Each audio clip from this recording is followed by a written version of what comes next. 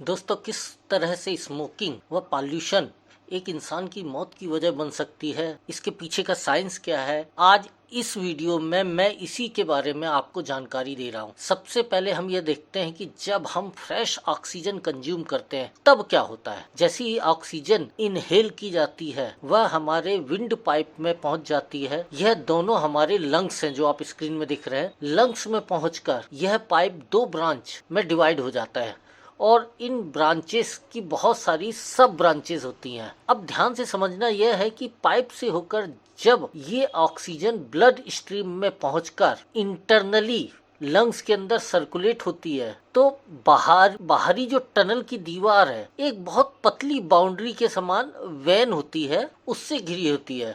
यह इतनी पतली होती है कि कार्बन डाइऑक्साइड इसमें आकर शरीर से बाहर निकल सकती है और जो बची हुई शुद्ध ऑक्सीजन है वह इन रेड ब्लड सेल्स जो आप देख रहे हैं, इन ब्लड सेल्स के अंदर एक प्रोटीन होता है जिसे हीमोग्लोबिन बोलते हैं। यह प्रोटीन ऑक्सीजन के साथ बाइंडिंग कर लेता है।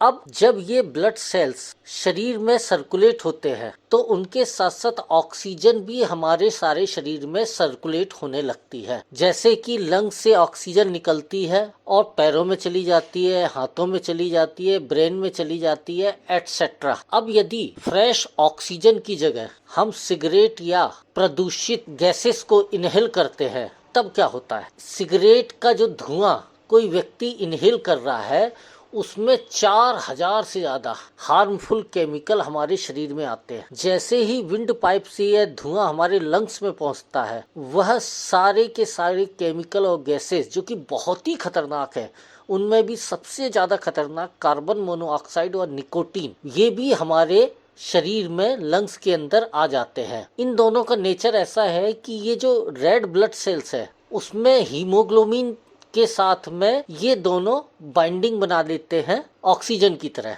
इसमें भी कार्बन मोनोऑक्साइड सबसे खतरनाक है क्योंकि यह खुद तो हीमोग्लोबिन के साथ जुड़ते ही है लेकिन ऑक्सीजन को हीमोग्लोबिन से लात मार के बाहर कर देता है, जिस वजह से ब्लड स्ट्रीम में ऑक्सीजन कम होने लगती है और उसी की तुलना में कार्बन मोनोऑक्साइड और निकोटीन की मात्रा बढ़ने लगती है। अब यदि आप स्मोकिंग करते हैं या प्रदूषण वाले स्थान पर ज्यादा समय गुजारते हैं तो आपके लंग्स से होकर ये खतरनाक गैसेस आपके ब्लड के माध्यम से आपके पैरों में, हाथों में, ब्रेन में, मतलब पूरे शरीर में फैलना शुरू हो जाती है। और यही एक मुख्य कारण है जिसकी वजह से स्मोकिंग करने वाले को सांस की तकलीफ और ऑक्सीजन की कमी महसूस होने लगती है। अब मुख्य सवाल यह है कि ऐसा क्या होता है कि स्मोकिंग करने वालों को, गांजा पीने वालों को इसकी आदत पड़ जाती है, यानी वो एडिक्ट हो जाते हैं।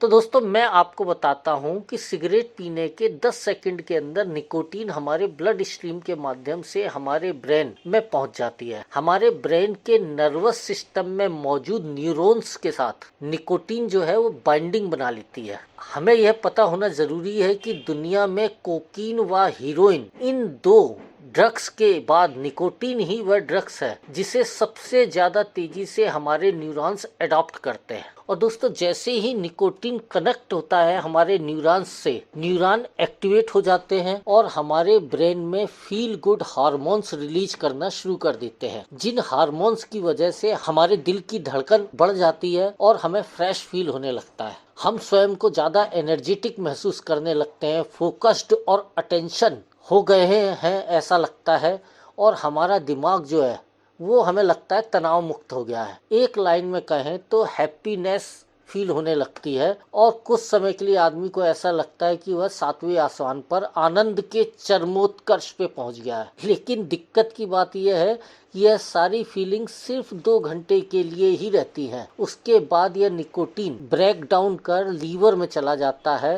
व उसके बाद यूरिन के माध्यम से शरीर से बाहर निकल जाता है और जैसे ही निकोटीन शरीर से बाहर निकला हमें फिर से तनाव, अनहैप्पीनेस फील होना शुरू हो जाती है और सिगरेट पीने की या स्मोकिंग करने की तलब उठने लगती है क्योंकि हमारा शरीर क्या बोलता है, उसे फिर से 7वें आसमान पे उड़ना है और इसी को कहा जाता है एडिक्शन। अब दोस्तों, एडिक्शन को समझने के बाद बारी यह आती है कि किस वजह से लंबे समय तक स्मोकिंग करने या प्रदूषित माहौल में रहने वाले इंसान की जान तक जा सकती। दोस्तों, हमारी लंग्स में जो हम सांस के माध्यम से इनहेल कर रहे हैं ऑक्सीजन के साथ साथ डस्ट और अन्य हार्मफुल पार्टिकल्स, ये हमारी बॉडी में इंटर करते हैं और लंग्स में जाने से पहले एक आप देख रहे हैं स्क्रीन पे जादुई छन्ना है, इसमें से गुजरते हैं जहां पर कि बहुत ही सूक्ष्म बालों की तरह कुछ कोशिकाएं होती है जो हार्मफुल पार्टिकल को लंग्स में जाने से पहले ही रोक लेती हैं। जब भी कोई व्यक्ति रेगुलर स्मोकिंग करता है तो उसकी बॉडी में टार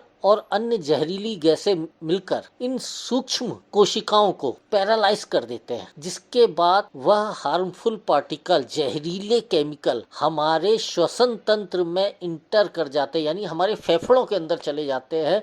हमारे शरीर का ऑटो इम्यून सिस्टम फिर क्या करता है, खांसी के माध्यम से ऑटो इनहेल प्रक्रिया के माध्यम से इन पार्टिकल को शरीर से बाहर निकालने का प्रयास करता है। इसीलिए खांसी आती है क्योंकि शरीर बोलता है ये गंदगी ऐसे बाहर निकालो। अच्छा, आप ध्यान दीजिएगा इस प्रोसेस में सुबह सुबह जब व्यक्ति उठता है तो उसे बहुत ज्यादा खांसी आती है। क्यों? क्योंकि रात को जब हम गहरी नींद में सोते हैं तो हमारी बॉडी का ऑटो इम्यून सिस्टम हमारी बॉडी को रिकवर करता है। उस प्रक्रिया में खराब हुई सारी इंद्रियां ठीक होने लगती है और सुबह खांसी के माध्यम से जो कचरा इकट्ठा हुआ है वो शरीर से बाहर फेंकने का प्रयास करता है सारा का सारा, इसलिए सुबह बहुत खांसी आती है। दोस्तों, इतना समझने के बाद भी यदि आदमी रुकता नहीं है, लगातार स्मोकिंग करता रहता है, तो एक समय के बाद शरीर का ऑटो इम्यून सिस्टम व फेफड़ों का सिस्टम डैमेज हो जाता है, खराब हो जाता है और व्यक्ति बीमार पड़ जाता है और धीरे धीरे लंग कैंसर और कई तरह की असाध्य बीमारियों से ग्रसित होना पड़ता है। दोस्तों, जब हमारी सांस लेने की प्रणाली काम करना कम कर देती है, बंद कर देती है,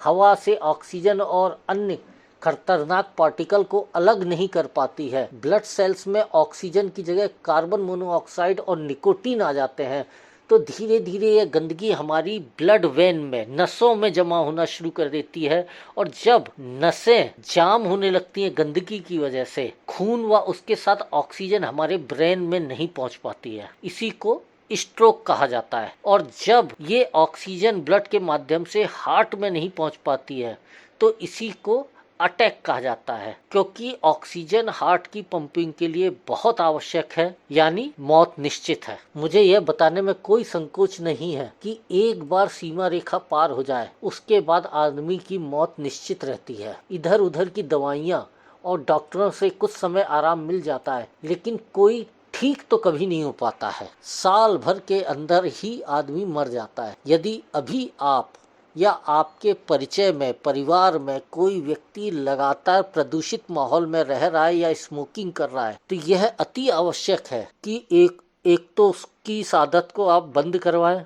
और तुरंत रिकवरी के लिए टॉर्नेंट के डीटो प्लस के माध्यम से सबसे पहले उसकी संपूर्ण बॉडी को, जिसमें लीवर व अन्य ऑर्गन भी है, उसको डिटॉक्स कराएं। लंग बूस्टर के माध्यम से उसके फेफड़ों में जमा गंदगी को बाहर निकालें और एडिक्शन से बाहर निकलने में उसकी मदद करेगा टॉर्नेंट का न्यूरो केयर जूस, जो कि उसके ब्रेन को ठंडक देगा और वो जो अनहैप्पीनेस वाली फीलिंग्स है उससे बचा के रखेगा, अच्छी नींद भी लाएगा। और जो वीकनेस आती है एकदम से नशा छोड़ने की वजह से, उस वीकनेस से बचाने के लिए आप इसके साथ ही साथ मोरिंगा भी दे सकते हैं। तो मुझे उम्मीद है आप अपने परिवार के साथ साथ समाज में भी हैप्पीनेस लाने वाले इस कार्यक्रम में स्वयं जुड़ेंगे, योगदान देंगे और लोगों को भी प्रेरित करेंगे।